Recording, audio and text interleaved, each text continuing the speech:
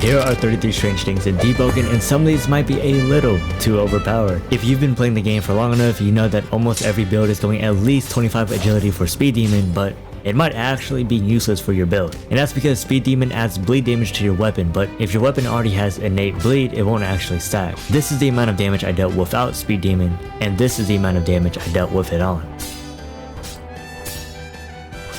I had the fast blade talent, so I used that to proc it, and the Blood Tide Trident has innate bleed. Some of you freaky freaks may know that there is a mantra modifier merchant behind this wall near the attunement training shop at Vigils. But before this was added, there was a loot room back here with 4 chests. And yeah, I'm not really sure why this was here in the first place, but I'm glad I got replaced with something useful. As if getting jumped by corrupted brewlords or freshy kinkers in the depths wasn't bad enough, you now have to worry about being met with 5 deep widows whenever trying to unlock Vision Shaper. Okay, and he just whined. Now I couldn't tell you why this many can spawn, as there's only supposed to be one, but maybe there's some bug of how much spawn rates or something. I don't know, I just hope it doesn't happen again. Contractor is one of the strongest elves in the game because of its high stun counter and ability to string you up in the air, leaving you vulnerable unless you vent. But venting too early in the judgment animation won't actually cancel it, and you'll still get hit, thus wasting your tempo. Although the map is helpful, especially for newer players, it's actually inaccurate because right now I'm standing on solid ground and it's telling me I'm like 50 feet away from land stuck in the ocean. Fortunately though, it seems to be fine in the Eastern Luminant. Ignore the fact that I'm bald. My barber, he didn't really, yeah. I'm not really sure why this is in the game or the reason behind it, but Astral Wind goes from a normal damage mantra to a bouncy castle after it becomes level 3. And it's not even bad or anything, it's really good for setting up crazy combos. I just think it's a little weird.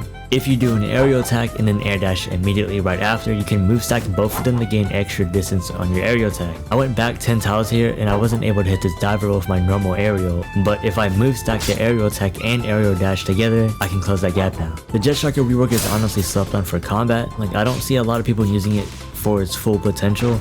Everyone kind of just runs away with it instead of putting people into blender combos. Like, you can move stack jet kick with almost any critical and mantra in the game. All you have to do is jet kick and then mash your critical or mantra. And this works because jet kick puts you out of your like mantra casting state, quote unquote, a little bit before jet kick lands, allowing you to confirm hits. In my experience, this works really well with mantras like Rising Wind, where you kinda need that hit stun to confirm it. Your clones unfortunately cannot use the Nemesis crit if you have your weapon enchanted with it. So just use the default critical instead of doing the instant teleport. Okay wait, I said unfortunately, but maybe I should be glad that the clones can't do that. Yeah, maybe it's better off that way. There's this mantra you can get by heading here as Song Seeker, going into these mines, gripping all the miners here. Fight back, nigga! Fight back, nigga! Get him up, let him get up, let him get up, let him get up. And then talking to this black dude with 20 charisma. Maybe. It could be less than 20, but I don't know. 20 is what I had when I tried it, so you can try it for yourself. But this mantra is pretty cool. It lets you turn into things like statues, crates, goblettos, campfires, and a bunch of other stuff. And no, for those of you trying to dabble in a little bit of tomfoolery, you cannot attack while in it since it cancels your transformation if you do. Near Meteor Isle, there's this girl named Marcel, and if you give her some sacks, she'll give you chests. I tried getting footage of me finding the sacks, but like I deadass spent like 30 minutes looking for one and I couldn't find any, but yeah, it's low-key worthless. You shouldn't do it. I don't know why it's in the game, because like the chest is useless, it's like tiny and it's kind of buns. However, this dude next to her, the guy, has voice lines. I'm a bit of a big deal around here. Bit of a big shot. You might have heard of me. They call me the guy. And you can actually take his the guy status away from him if you have 40 charisma, turning you into the guy, and you get his 6 shades. You are the real the guy. Just take my spectacles. Oh, and if you become the guy or give him 3 spider eggs, he'll let you do this. Yeah, it doesn't exactly look or sound the best, but hey, it gives the Summer Isle somewhat of another purpose. Yeah, no one's actually gonna use this. Into their like church, there's a corpse body or something of a celestial and a pool of blood beneath it. If you have a canteen, you can fill it up with the celestial blood and drink it if you're into that. And even if you are into that, I don't really recommend it because it makes you... Yeah. The Grand Sudaruska is mainly used for Diluvian builds or any sort of PvE Ice Mage builds, but it's pretty nasty in PvP too, because not only does its crit guard break and freeze, but by the time the crit's hitbox ends, Conquest might as well drop. Okay, no, but for real, can we fix this? Like, this is just strange, bro. Why does it last so long? Contrary to popular belief, the Wind-Up Bell can proc on any physical attacks, not just M1s. So that includes Silent Hearts, sorry, Silent Heart jump scare, I know. But their Mani Kadi, Ankle Cutter, and other stuff can proc Wind-Up as well.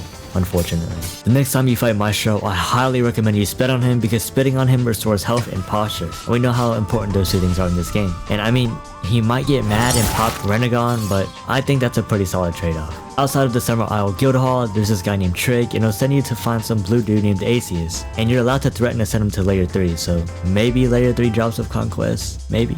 Yeah, no, that's not happening. The Poser's Ring is an item that lets Katana and Shadow Katana users become the anime character they've always wanted to be. It makes their M1s and criticals deal 0 damage until you sheath your blade, meaning all that damage gets stored up and then released when sheathing. But for some reason, Poser's Ring can't deal more than 70% of your HP in one sheath. However, the Poser's Ring does give you iframes upon sheathing, allowing you to prevent fall damage. And obtaining it is pretty easy. You just have to talk to this guy at Vigils of a Katana or Shadow Katana, and then go to where he says, beat him, do it 3 times, and then boom, you're a main character. I don't know what causes this exactly, but sometimes despite doing all the damage to somebody, it won't count as your kill. And I think it's because there's some bug when multiple people hit the same target. I only have 1 clip, but this happened to me twice today when I was progressing a build for this video. I know for a fact a lot of you watching despise Voidwalker, so don't worry, I'll teach you something nice. You can remove yourself from all bounty boards if you have positive reputation with Etria, Summer Company, Ignition Union, Central Authority, the Hive, the Divers, and the Nazveas. And if you're not on a bounty board, they can't use the grasp of A-list to hunt you. Honestly though, it's kind of tedious to do all of this, so I personally wouldn't do this. But hey, if you really hate Voidwalkers, power to you though. There's a lot of useless quests in this game, and although this flower quest is poo-poo bounder buns, you get this goofy looking flower and it kind of looks like a lava flower from Rogue Lineage. Hopefully I didn't trigger anyone's PTSD with that. Toss It lets you go super sticky mode and anyone outside of the circle can't see you, but the size of the circle is actually affected by your stealth stats, so the higher your stealth, the smaller the circle. And with this, you can do a little bit of trolling, especially with that new update they dropped, allowing you to do more while in Toss It. Our beloved Kenneth has been banished down to layer 2 floor 2, but is that really what happened? Yeah, so it turns out our boy Kenneth got rizzed up by a Kiersguard sniper, and then all of a sudden, they just started locking lips in the 2nd layer. Now believe it or not, this is all canon, and it came to be because of this one guy, the cat behind the slot. I found out while progressing a build for a video that the Ferd enchant, which turns all of your weapon damage into damage over time, can proc the Entanglement enchant multiple times.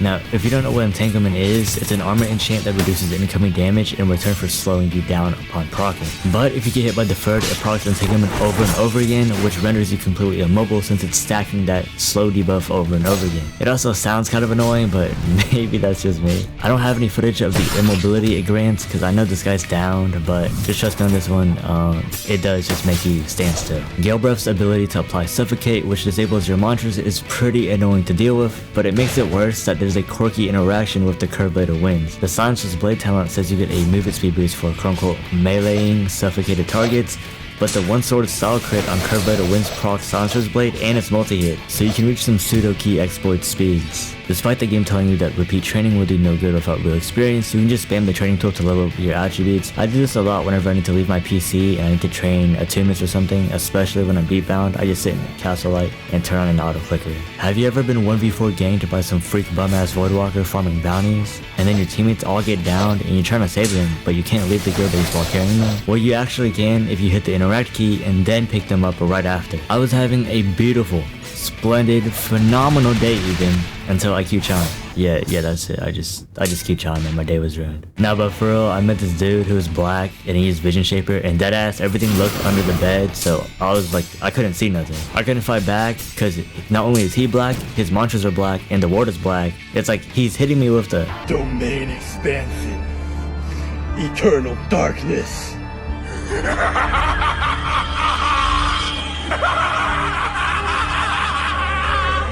And this last one is by far the strangest thing in all of Deepwoken, and it's the fact that we have all of these names, but DEVI isn't one of them. Like, chop chop, bro.